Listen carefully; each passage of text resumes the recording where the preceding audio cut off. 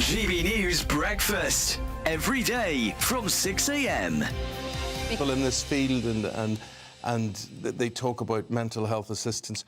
And I know from personal experience within my own family circle that the help is just not there. I know that with speaking to many families who've got autistic children and adults. They are really struggling at the moment, whether it's to do with education, getting a diagnosis. You know, once they get to 18 to 25, where's the help? There isn't the help there with social care. You know, I just set up a petition as well, who's going to look after my sons when I'm no longer around? Because that's that's the story and the question that's at the back of every parent's mind. It's just so hard at the moment, and lots of small charities are closing. And for me, they're the backbone of the society, because they're the ones that speak, you know, to parents continually all the time, or autistic adults. So, and why has it to be that way? And you know, we'll get government minister after government minister coming on and saying, we have greatly added to the resource here. We've had another 2.5 people we've hired last year, and whatever. They twist statistics and they make it all sound good. But I know from the work I do in the charitable world, and I know from people who I know personally, it just isn't there. So stop telling it is. And the thing is, the demand for mental health care has just ballooned. The earlier you start working with children who are autistic, the better the outcomes. I've seen it myself, and I know it with my own sons. I shouldn't have had to set up a school and remortgage my home, you know, for my boys. And so many parents are still struggling, like 20-odd years from when my boys were diagnosed, and they're saying it's improving, and we're talking about awareness, we're talking about acceptance. It's hard because I'm juggling caring, I'm juggling, you know, taking him to college, picking him up. You know, I'm running a charity, I'm doing events. I know I'm a workaholic, but I'm very passionate and I'm very driven. Good afternoon, Britain. Good afternoon, Britain. Join us, Tom and Emily, To find out what's happening in the heart of Westminster. and why it matters to you. Weekdays from midday, we bring you the most compelling stories from across the United Kingdom. And from your doorstep to our inbox, That's right, we want to hear from you, GB News. Britain's news channel. GB News, unlike other broadcasters, isn't obsessed with the London-Westminster bubble. We think there's a nation beyond the M25, and that's why we talk about the issues that matter across the land. Join me on State of the Nation, 8 to 9 o'clock, Monday to Thursday, on GB News. Daisy's listening, and you should too.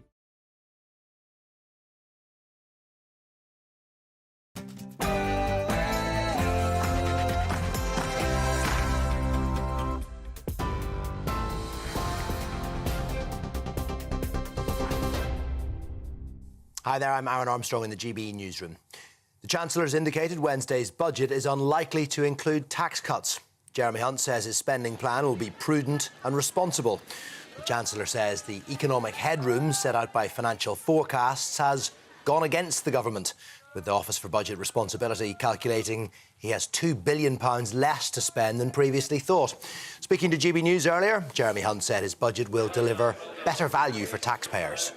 It is wrong to say that we should be putting more money into the public sector. So you want fewer civil servants to be more productive? Correct. You want fewer people to do more? I think we've got to stop always looking at the inputs and always saying that the way to get better public services is to spend more, and actually ask if we could be more efficient.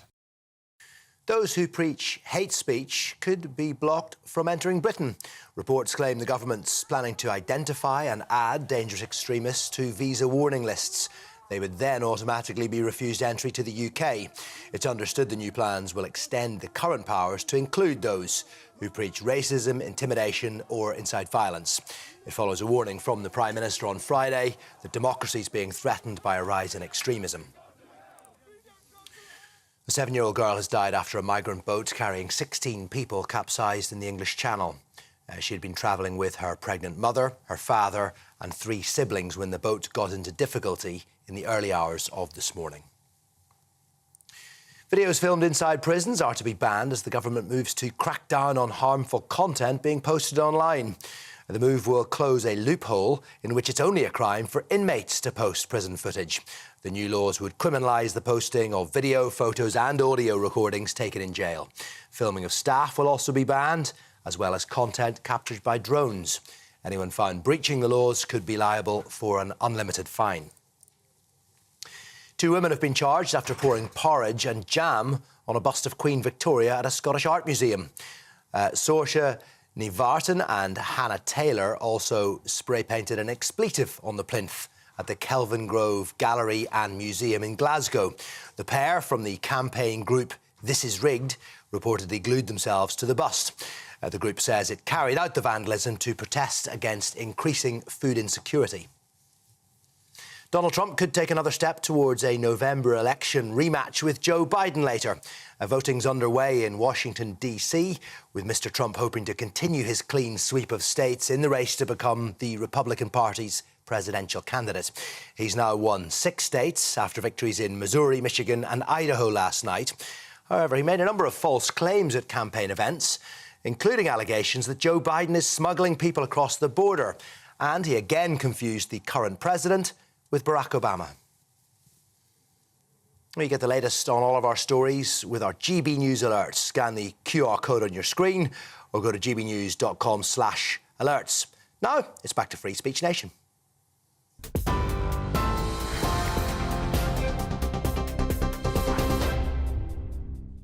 The Canadian government wants to arrest people for pre-crime.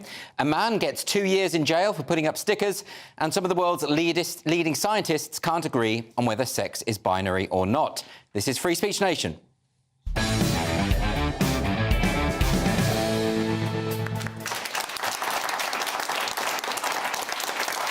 Welcome to Free Speech Nation with me, Andrew Doyle. This is the show where we take a look at culture, current affairs and politics. And of course, we'll have the latest from those lovable culture warriors. They've been up to their usual tricks this week, cancelling comedians for the shocking crime of telling jokes.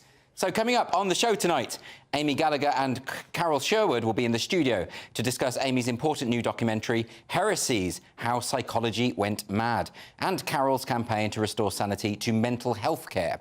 We will hear about a story which has major implications for free speech, as police in Bristol back down after attempting to silence a Christian street preacher from criticising other religions and atheism.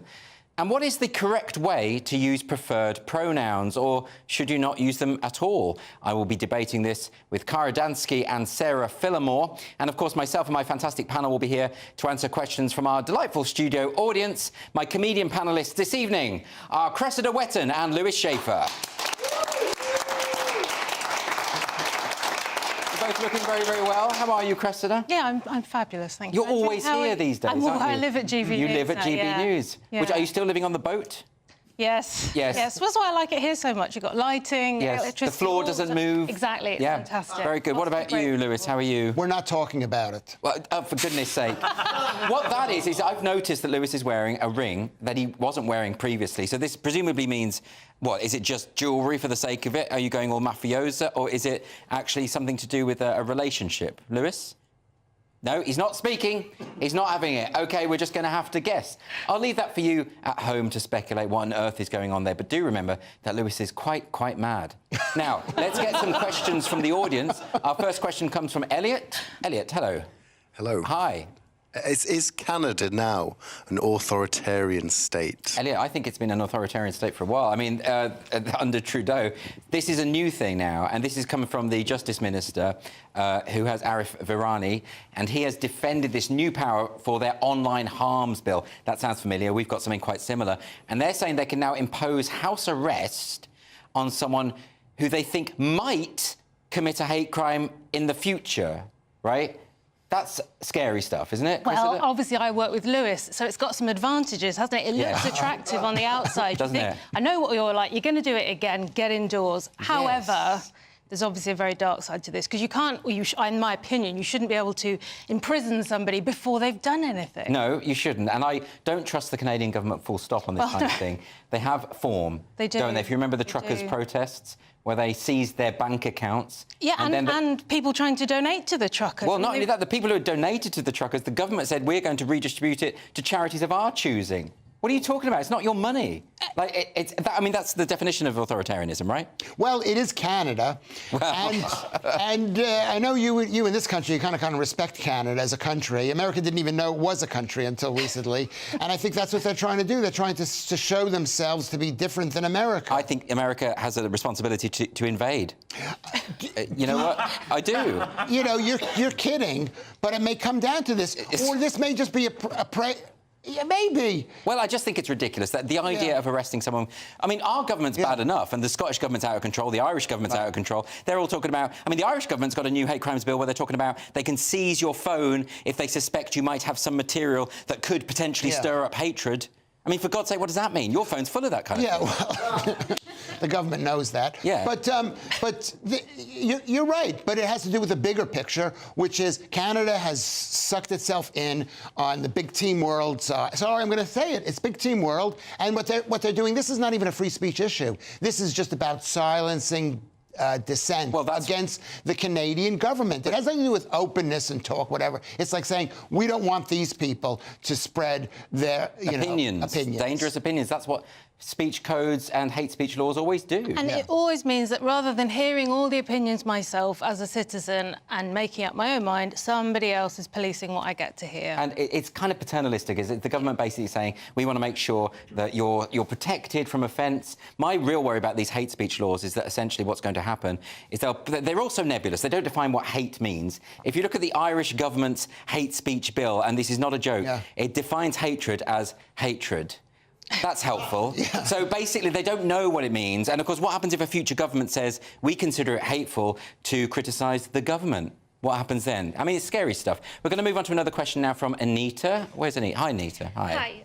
Should we listen scientists when it comes to gender and sex? Yeah, it's a good question because, you know, we've seen a lot... We've discussed on this show before that a lot of scientists are now saying that sex isn't binary, it's on a spectrum, stuff that every child knows is not true. And there was just this survey this week of 200 top scientists at British universities. This was by The Telegraph and a group called Census-Wide. And 58% of these top scientists think that sex is binary. 58%. Quite a few, not sure. There's a lot left out there, isn't I mean, there? that's a worry, isn't it? But I mean, know that the medical profession has, like every other institution, become ideologically captured by this kind of nonsense. But that's scary. If I'm going to get treated, I want the doctor to understand that I'm male. Particularly if it's something to do... Well, I won't go into detail, but you know what I mean. Not that again. But it doesn't... I don't know if they've specified what kind of scientists, and I wonder whether this has happened in academia and some people are going along to get along and are just maybe not engaging with this because they don't want any trouble. I'm not sure. It could be. It could be. I mean, I know... Yeah, let's hope these aren't biologists. Well, yeah, right, exactly. That would be good. If they'd said it was a survey of biologists, I'd be extremely concerned. But, yeah, but I think just scientists, full stop, should know that there are two sexes in a sexually dimorphic species, right? Well, you would say that. I would. But I just did. Yeah, you just did. But other people, it is a contentious issue. No, it's not, Lewis. I don't think it is. But for the sake of marital happiness, I will say that it...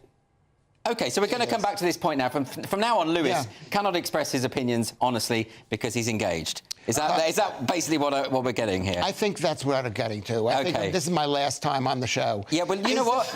Lewis, you brought this on yourself. I did, and I shouldn't have done it, and I made a mistake, but she was crying. I'm hoping look, Lewis, am I right in thinking she doesn't watch the show, right? I think she's in the audience right now. No, but I agree.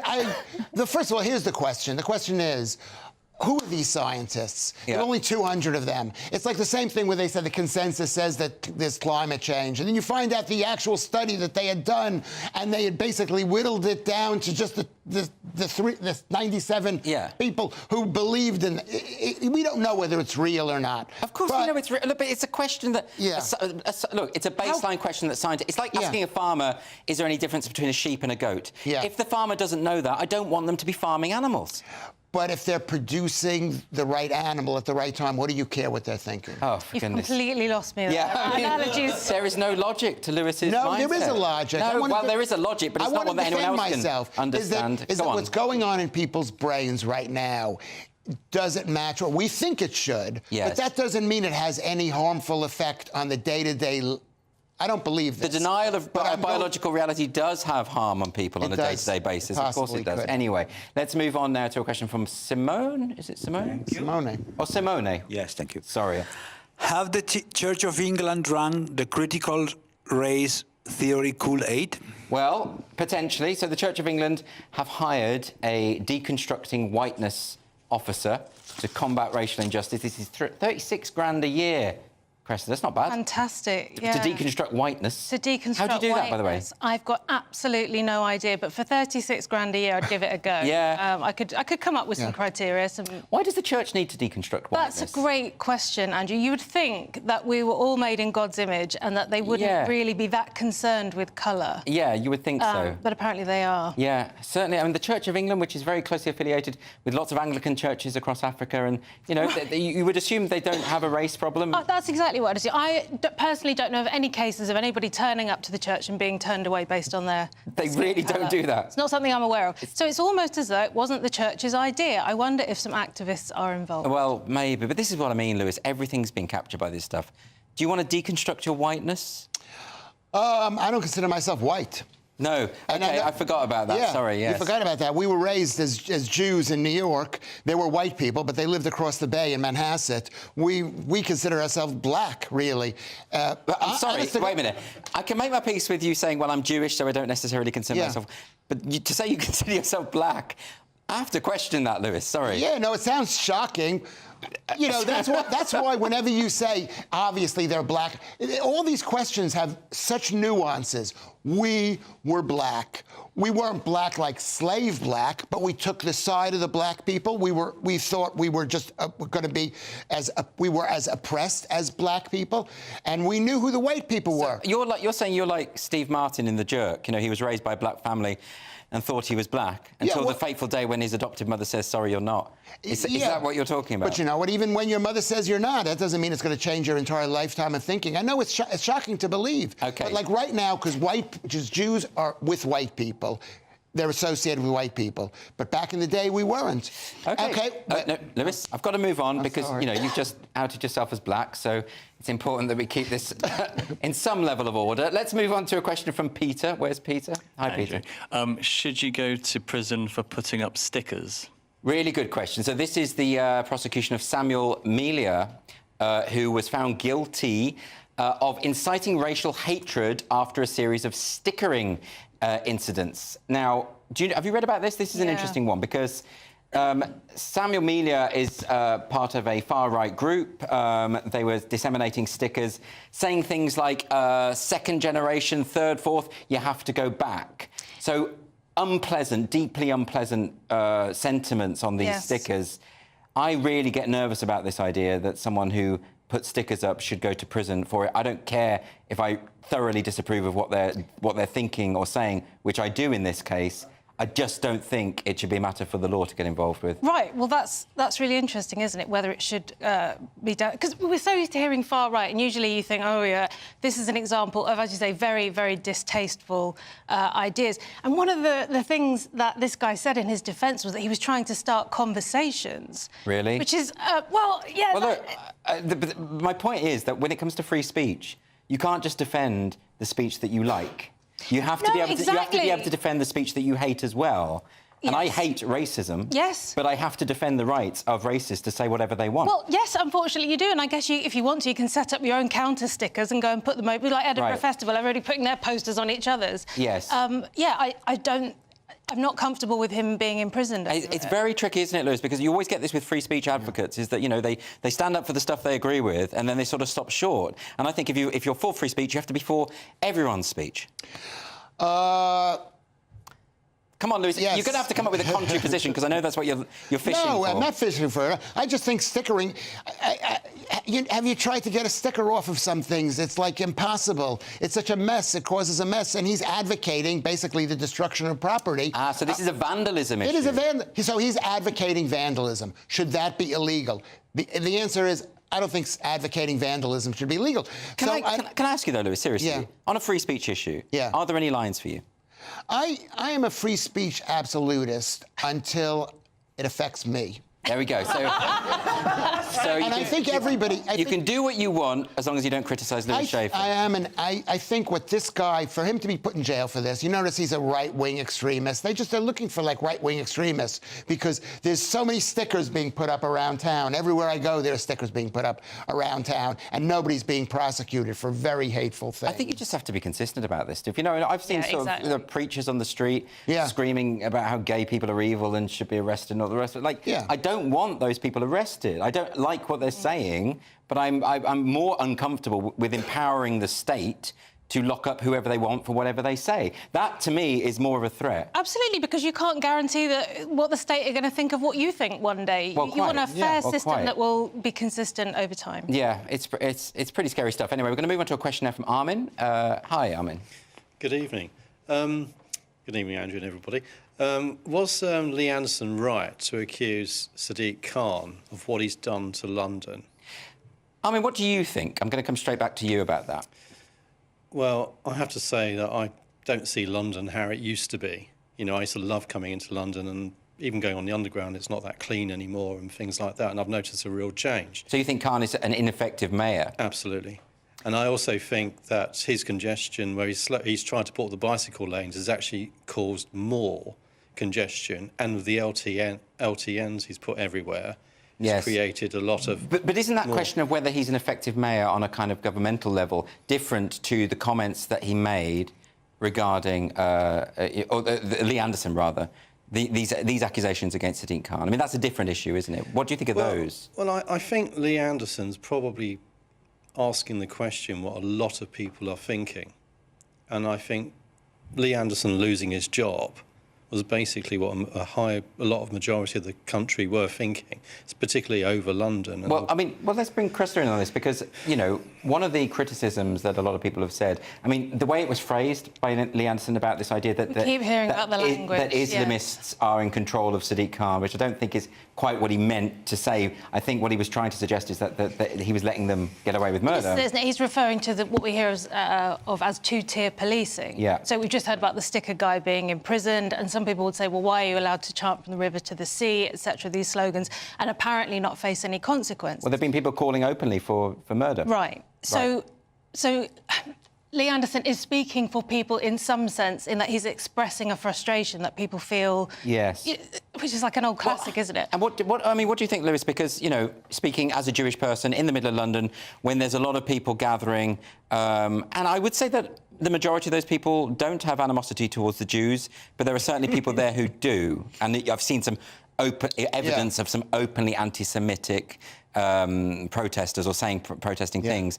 But like I say, I'm for peaceful protest, and I don't think I wouldn't want to smear all of the people at those protests with that brush. But how do you feel about it? Well, I think they're blaming Sadiq Khan for this. The fact is that this is the city that he's the mayor of. Has he been controlled? I don't think he's controlled. I don't think it's like... Is he just bad at his job? No, he's not bad at his job. He's doing a great job for the people of London. What about what Armin was just saying about the state of the tube and these basic sort of everyday things that matter to London? That's another question, whether he's a good... But in terms of providing the ideology for the people, he's the man of the people. He's not under their control. He is. And the question is whether this city is... I've lived in this city for 24 years. Many people think it's way better than it used to be. I mean, the fact that I'm living here is an improvement. That is an improvement, Lewis. I will back you up on that. Now, next on Free Speech Nation, Amy Gallagher and Carol Sherwood will be in the studio to discuss Amy's important new documentary, Heresies, How Psychology Went Mad. And Carol is going to be talking about her campaign to restore sanity to mental health care. Please don't go anywhere.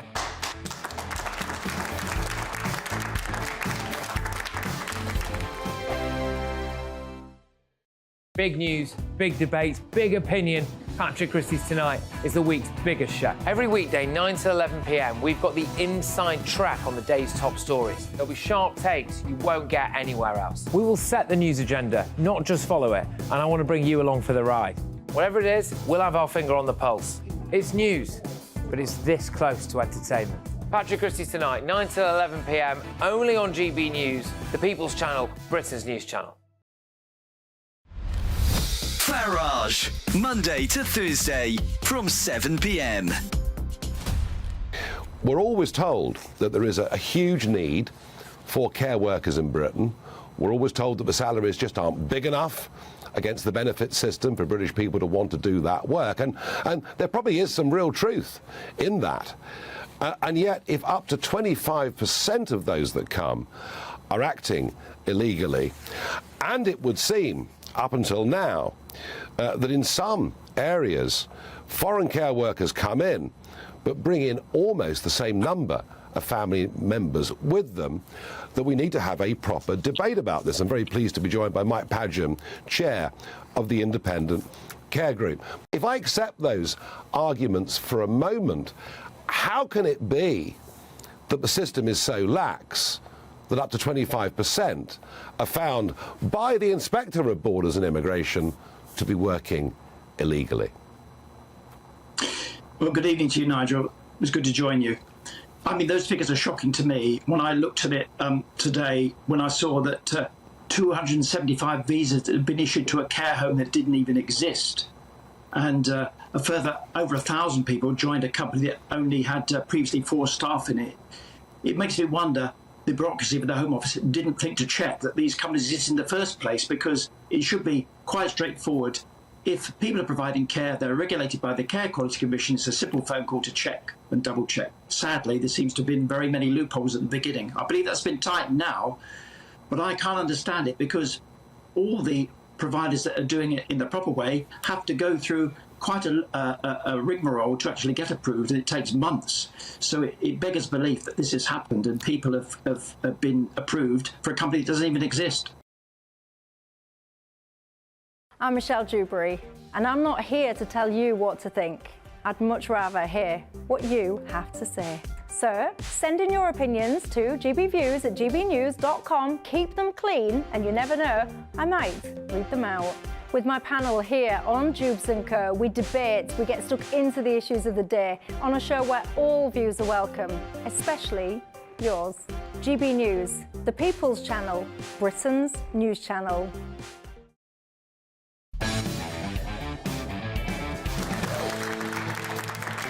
We're not done. We're not done. And welcome back to Free Speech Nation. An important new documentary premiered last week, part of the New Culture Forum Heresies series. It's called Trans, Racist and Woke: How Psychology Went Mad. Let's take a look. More and more of us are looking out at our culture and society and feel like we are observing a psychiatric ward. Male rapists in women's prisons, racial segregation in schools, the censorship of books, and the rewriting of history. The world's gone mad, many of us cry. But do we even know what madness is anymore? Have our mental health professionals got our best interests at heart? Is sanity still the goal? Or, instead, has the psychiatric profession become a battleground for warring versions of reality, with the patient sacrificed and made a casualty of the cause?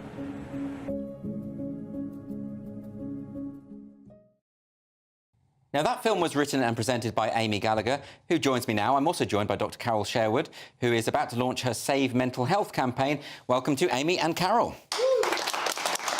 Amy, I want to start with you.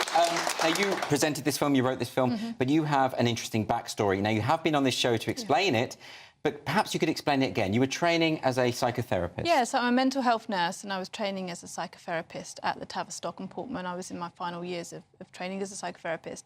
And essentially what I saw was that they were teaching critical race theory as if it was a fact. So they sent around a lecture titled Whiteness from a Problem of Our Time, and in it they made lots of generalisations about people based on their skin colour. So I disagreed with this, and I said that there needed to be an alternative opinion.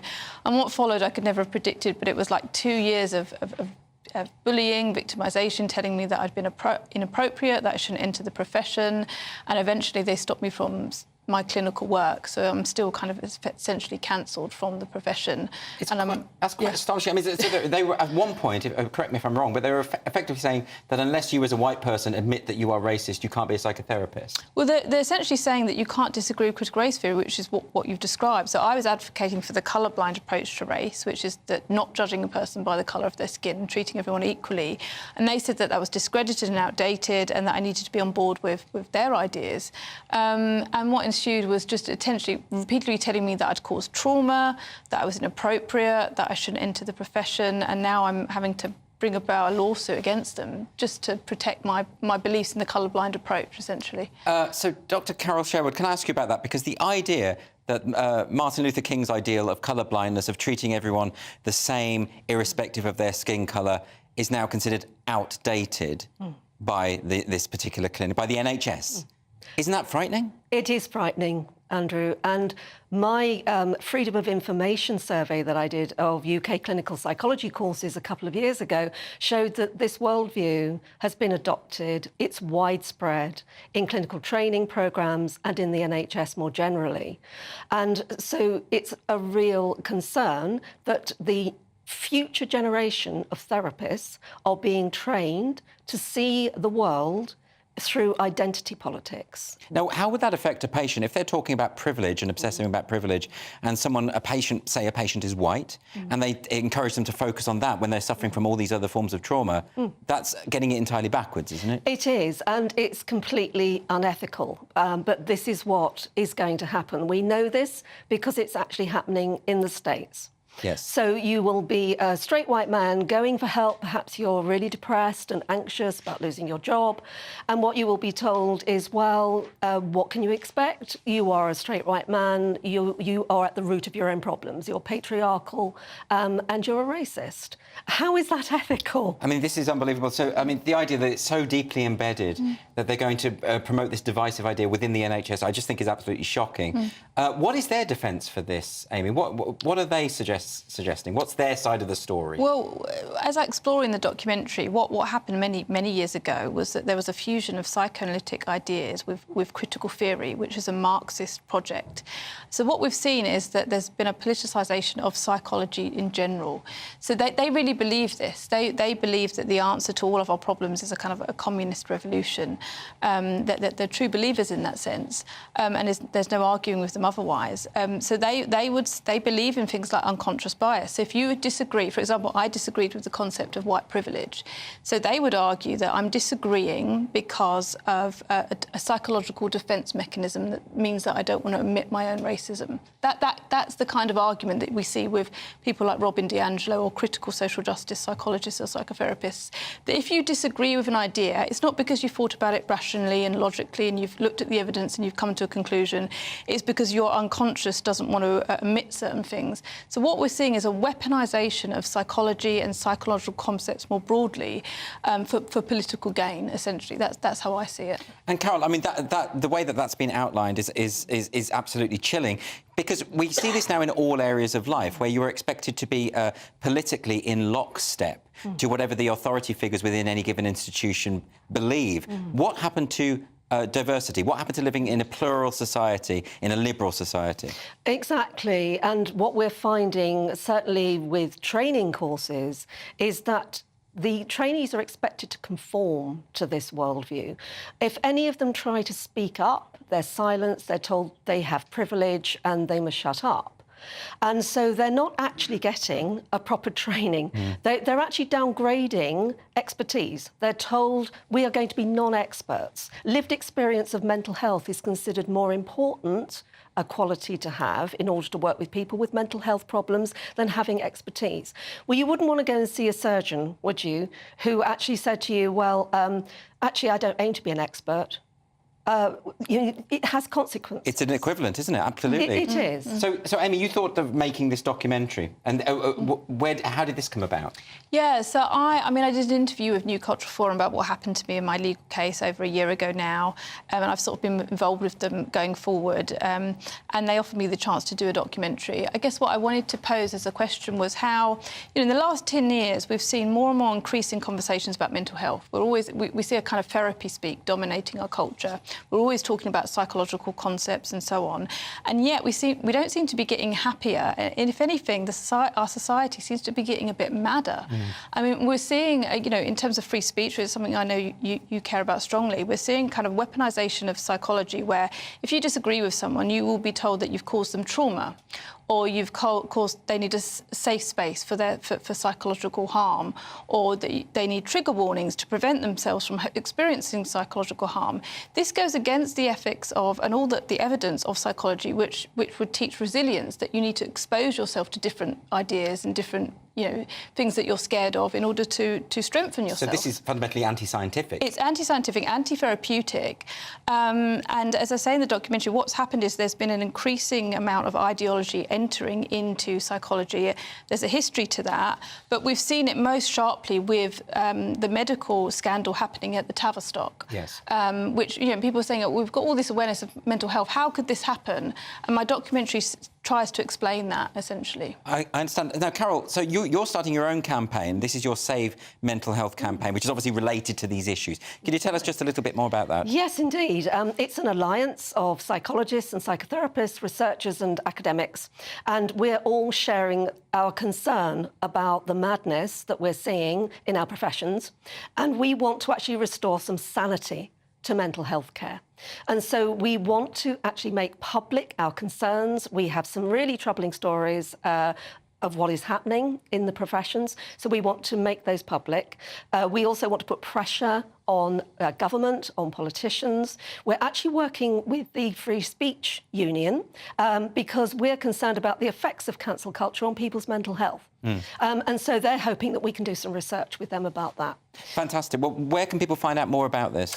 Go to our website, which is Save Mental Health UK, and if you are on X and you want to follow us on X, we're at SaveMH UK. Thank you very much. And Amy, very finally, could you just tell us, where can we see your documentary? So my documentary is on YouTube. It's called Trans, Racist and Woke, How Psychology Went Mad. It's with New Cultural Forum. And you can find more about my legal case at GoFundMe /Stand Up to Woke.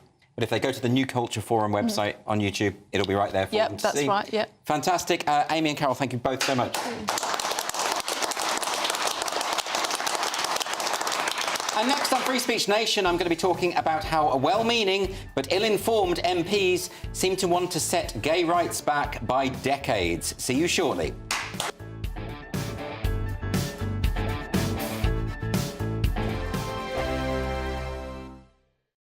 From 10 a.m. every Saturday, we want to make you think and we want to make you laugh. So we will give you all the top stories. Now we start with a story that has shocked the nation this week. But we're also going to make it light and fun and bring some entertainment in to make your Saturday morning nice and restful. Only on GB News, Britain's news channel. I'm Andrew Doyle.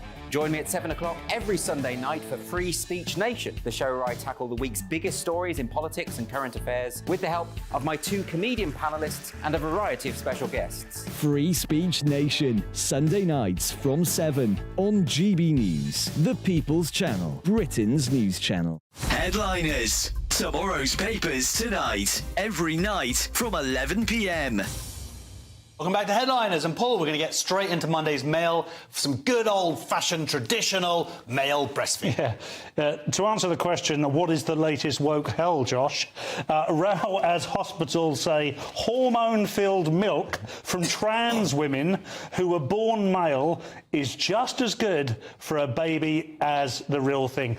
It's possible for men, if they pump themselves full of estrogen, to grow larger breast tissue, and they often do. Or you just eat lots of burgers. Exhibit A. And once you've done that, it is actually then possible to express or lactate a liquid. Okay. If to that liquid you then add another load of pills, medication, chemicals, whatever, that lactation juice can be fed to a baby. We don't really... This is not for the sake of the baby. The baby has no benefits from this whatsoever. The studies are very weak on it. It's a bit worrying because, you know, when hospitals started indulging in homeopathy and having, the NHS had homeopathic hospitals, that was worrying because they're supposed to be a trusted authority. And before saying something like this, there should be an awful lot of study done. I want to shame this hospital. This is whether it's necessary. University Hospital Sussex NHS Foundation Trust. That's who it is. And they have written one of the stupidest sentences I have read aloud in the 2 years that I've been privileged to do this show. It says, the term human milk is meant to be neutral and not gender biased. Yep. Wow. Yep. That's incredible. Yep. Oh, my God, we're laughing at you. I mean, and as someone says here, babies are not props. And that's the scary thing. And when we're not focusing primarily on the health of a baby. No, but the feeling of a person doing it rather than... It's a bit of an odd way to go, isn't it? So...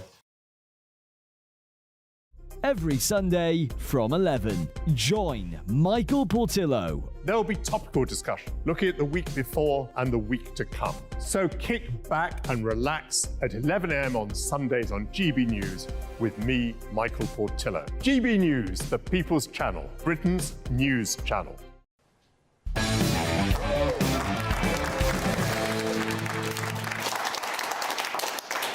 Welcome back to Free Speech Nation with me, Andrew Doyle. On Friday, there was a heated debate in the House of Commons about conversion therapy. Emotions ran high, and few were more impassioned than the Conservative MP Alicia Kearns, who berated Alba MP Neil Hanvey for appealing on behalf of the LGB community. So here's how that exchange went. People in the LGBT community are often referred to as bigots and transphobes and other slurs just because we have concerns about legislation such as this, and we want to make sure that young LGBT people are protected, and trans people. Does she agree with me that that rule must apply to all sides of any debate and not just one side that she favours? He's absolutely right, but there was one digit messaging from his LGBT. We do not divide the LGBT community in this place. You can say that you have concerns about what we're doing, but by removing the T, you are suggesting that transgender people do not exist. You are suggesting they are lesser than other LGBT people. And I will not stand for that, because it was trans people who stood with gay people at Stonewall. It was trans people who fought alongside for LGBT rights. So when you say LGBT, you suggest, when you remove the T, you suggest that they are lesser. Now, it's clear to me that Alicia Kearns is well-intentioned and sincere, and I mean no disrespect when I say that this is a subject about which she clearly knows very little. And that is dangerous, because if she gets her way on this issue, it will set back gay rights by decades. So let's address some of the key misconceptions. So firstly, Kearns claimed that Hanvey was suggesting that transgender people don't exist, and at no point did he make such a claim. Sexual orientation and the belief in gender identity are totally unrelated concepts. Kearns seems to be suggesting that gay people have no right to campaign for their interests unless they simultaneously campaign for trans people. But why? Groups such as Mermaids campaign solely for trans rights. Are they therefore homophobic? Perhaps Alicia Kearns would like to berate them in Parliament. I look forward to seeing that.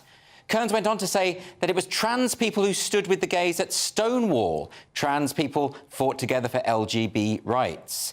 Did they? I mean, there were some trans people involved in the struggle for gay rights, certainly, but not all that many.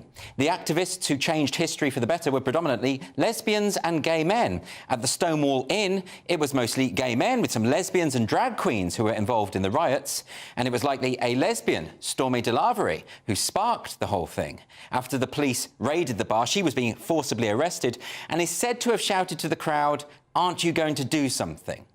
Now, some trans activists have since attempted to rewrite history, claiming that a trans woman called Marsha P. Johnson threw the first brick at the Stonewall Inn. The trouble is, Marsha P. Johnson wasn't trans. He was a drag queen, and he wasn't even there when the rioting started. Now, if Alicia Kearns wants to know about the actual history of Stonewall, not the revisionist fabrications of activists, she could read Stonewall, the riots that sparked the gay revolution, by David Carter, or she could talk to someone who was actually there, such as the gay rights veteran Fred Sargent.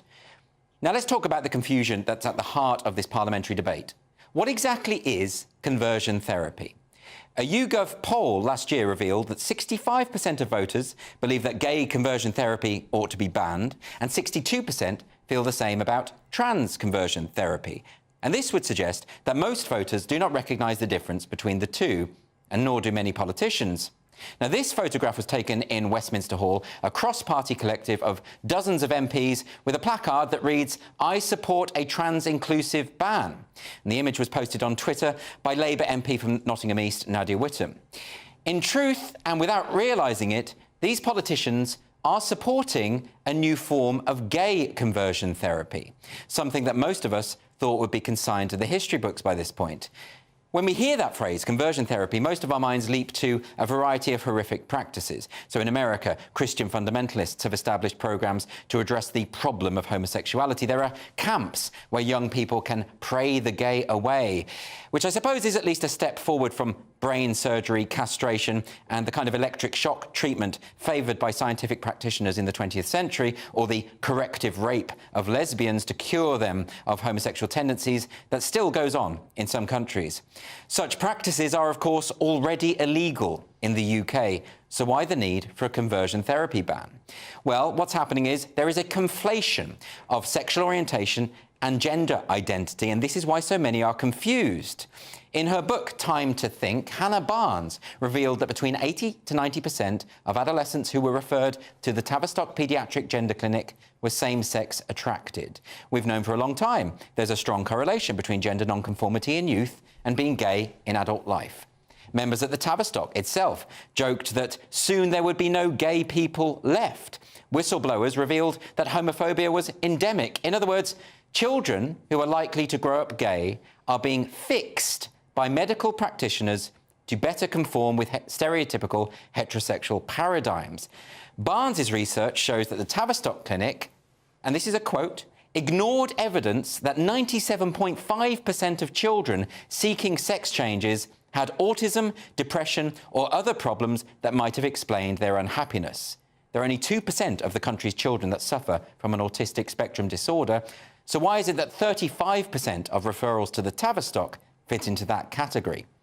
In almost all instances, children who are prescribed puberty blockers go on to cross-sex hormones, which in some cases leads to irreversible surgery. We're dealing here overwhelmingly with gay and autistic children fast-tracked onto a pathway to sterilisation. This is what MPs such as Lloyd Russell-Moyle and Alicia Kearns and Keir Starmer are supporting, whether they realise it or not.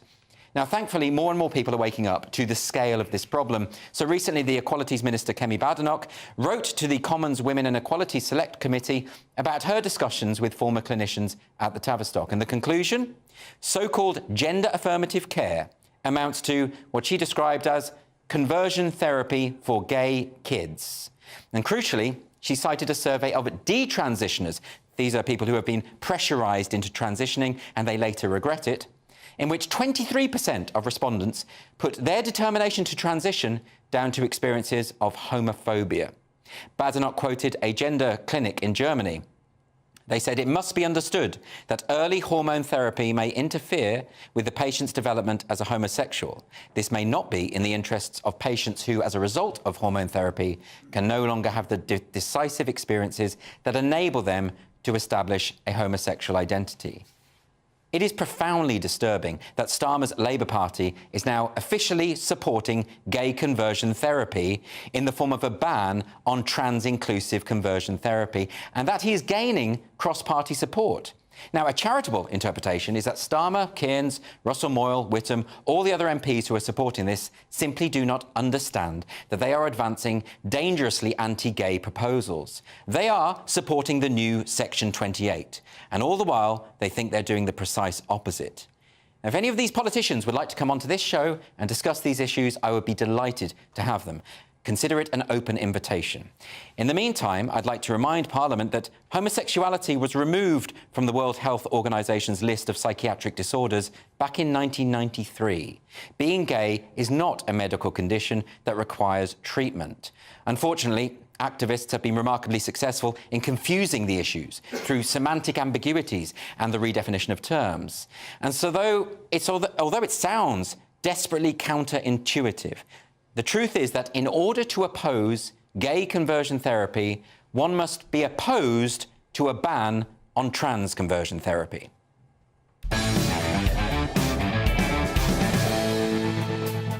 So next on Free Speech Nation, we're going to be hearing a story which has major implications for free speech as police in Bristol back down after attempting to silence a Christian street preacher from criticising other religions and even atheism. Don't go anywhere.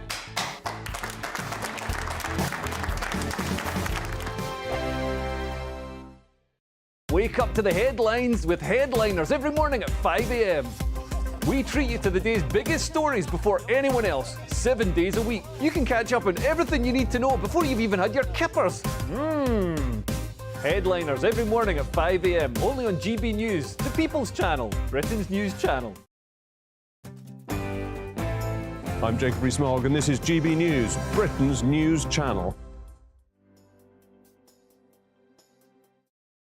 Sir Jacob Rees-Mogg's State of the Nation, Monday to Thursday from 8 p.m. You're now in exile. I imagine it wouldn't be safe for you to go back to Russia. Can I ask you if you feel safe personally, and what do you think can be done to remove Putin, or is he going to be there for as long as he wants?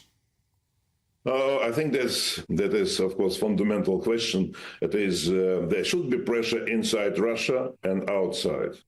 Inside Russia right now, it's impossible because Putin put all leaders in jail, and some of us just abroad. You know, just two were already killed. Mr. Nemtsov, Boris Nemtsov, my friend, my collaborator on my party, was killed on the walls on Kremlin. Alexei Navalny was killed in jail and in the camp. And that is, the people live in fear to identify themselves as protesters, to identify themselves as against Putin's regime, etc. That's why today there is no chance for opposition to rise inside Russia. But outside, of course, this war against Ukraine, that is the fundamental issue for all foreign leaders. And in fact, just support of Ukraine and not to let Putin to destroy Ukraine, to defeat Ukraine. That is an important issue because just Ukraine, that's not just in Ukraine, war in Ukraine. Ukraine just fighting for their territorial integrity, but fighting for the whole European countries, because after Ukraine, other countries could appear, other subject of aggression could be, and Putin easily could try to test Article 5 of NATO Charter. It could be one of the small countries of Baltic states. Every Sunday from 11, join Michael Portillo. There'll be topical discussion, looking at the week before and the week to come. So kick back and relax at 11 a.m. on Sundays on GB News with me, Michael Portillo. GB News, the People's Channel, Britain's news channel. From 10 a.m. every Saturday, we want to make you think and we want to make you laugh. So we will give you all the top stories. Now we start with a story that has shocked the nation this week. But we're also going to make it light and fun and bring some entertainment in to make your Saturday morning nice and restful. Only on GB News, Britain's news channel.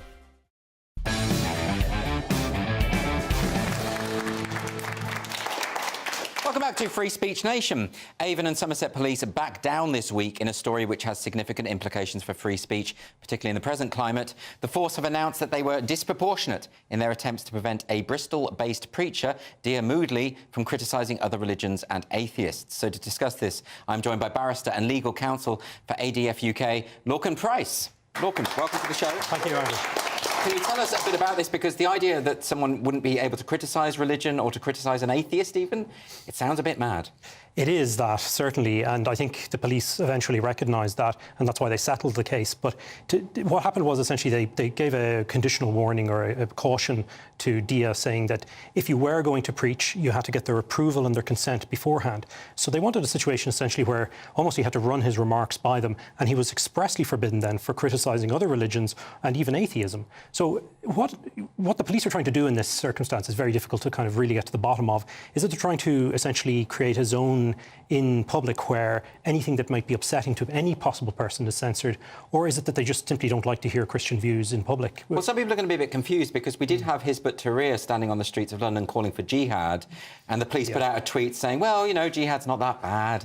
It can mean all sorts of lovely things. I mean, so this idea of two-tier policing, which is a phrase you hear an awful lot, it does have some validity, doesn't it? It certainly does. I mean, we've been looking at these cases over the last number of years. Diaz is just one example. We have Isabel Vaughan Spruce, who was arrested by 5 police officers for praying silently in her head.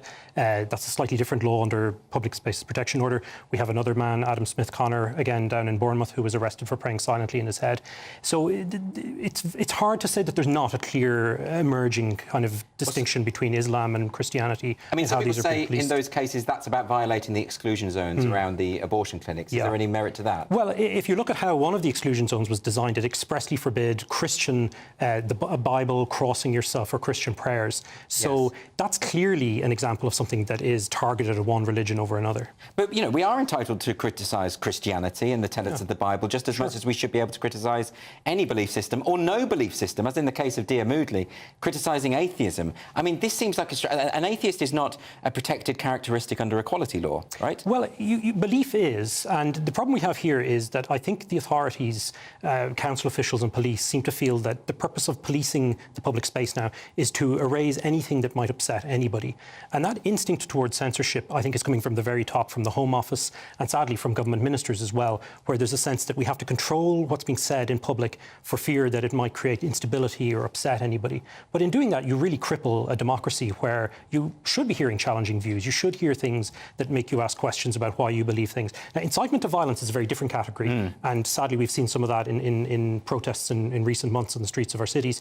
But when it comes to raising questions, criticising, debating, censoring those things, which is something, again, we're seeing officials and police officers feel that they need to do, really leaves us with a very truncated and anemic democracy. But my understanding of equality law, or the Equality Act, is that you have protected beliefs, as in you can hold and express beliefs, but that isn't a protection from criticism. Certainly not, no. And how could it be? I mean, if you have a situation where people are saying, I cannot be exposed to any view that questions my fundamental beliefs, then you're in a situation where you can't raise anything about climate change, for example, or you can't criticise transgender ideology, or even other religions. And so, again, how do you challenge or even discuss some of the biggest issues in our society if that was the case? It feels very much as though not just the police, but the various governments are focusing their ire on particular groups and excusing others. And in Ireland, we have this terrible hate speech bill which is going through, and that sounds particularly draconian. I know you've been looking into this, haven't you? Yes, I'm discussing this with a number of different politicians in Dublin at the moment.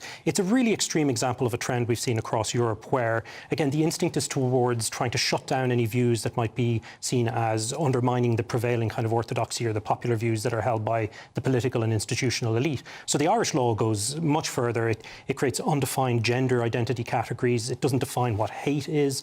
And it creates a situation where even possessing with the intent to supply memes or jokes or books can be a crime in and of itself. But if the bill, as it does, defines hatred as hatred, because I've read it myself, you know, then, and this is going to be a bill, this is a form of legislation that enables the state to arrest and incarcerate its citizens. Shouldn't it be more specific about the wording of that legislation? Well, absolutely. It's a long-standing principle of the law that if you're going to criminalise something, people should know precisely what the criminal act involves. But here we have a recursive definition that relies on its own definition to justify it. So it's absolutely absurd. But it's part of a trend that we've discussed before with cases in Europe and in this country as well. It's the chilling effect of never knowing whether or not what you're saying might be a crime, so I'd better not say it then. I'd better not say something controversial for fear that I'd be arrested or the police will arrive and knock on my door.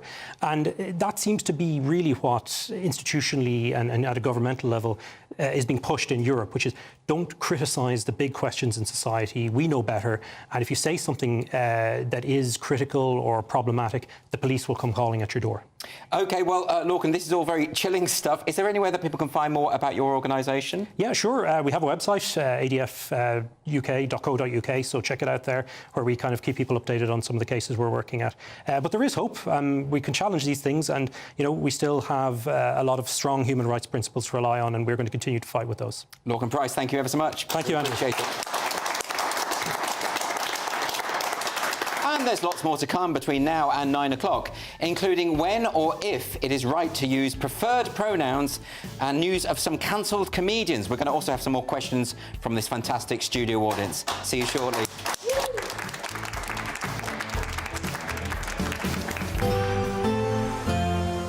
A brighter outlook with Box Solar, sponsors of weather on GB News. Hello there, I'm Greg Dewhurst and welcome to your latest GB News weather. It's quite a cold night tonight, some frost and dense fog patches once more. And then all eyes to the west as the next area of low pressure moves in, but it's going to take its time. Western areas seeing outbreaks of rain through Monday, northern and eastern areas holding on to dry weather until later. This evening, though, skies are clearing and temperatures are starting to fall away overnight. We'll see quite a widespread frost developing. Where winds are light, we'll see some mist and fog patches forming. Freezing fog patches as temperatures fall below freezing in the countryside. So there could be some tricky travelling conditions first thing, particularly across central southern parts of the UK. Further west, however, the winds start to increase, outbreaks of rain start to push in, and then this slowly moves north and eastwards through the day on Monday. Some heavier bursts in there possible, though parts of Scotland, northern and eastern parts of England will stay dry for much of the day. Plenty of sunny spells here, and the winds coming in from the south, temperatures lifting a little higher than the weekend, highs around 12 Celsius in the best of any brighter weather in the south. Then into Tuesday, weather systems start to clear away. We're left with a legacy of showers across some western areas, but there'll be plenty of sunny spells through the day. One or two of the showers could be on the heavy side. The next few days, it largely remains dry. There'll be some bright or sunny spells at times, temperatures above average. That warm feeling inside from Boxed Boilers, sponsors of weather on GB News.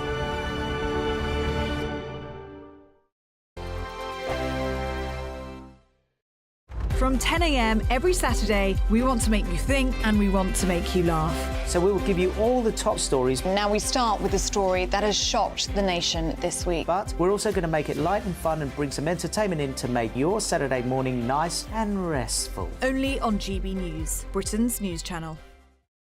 Nana Queer, weekends from 3 p.m. Sadiq Khan, 6.3 million on a virtue signal, loading lines. Why is he spending the people's money in this way?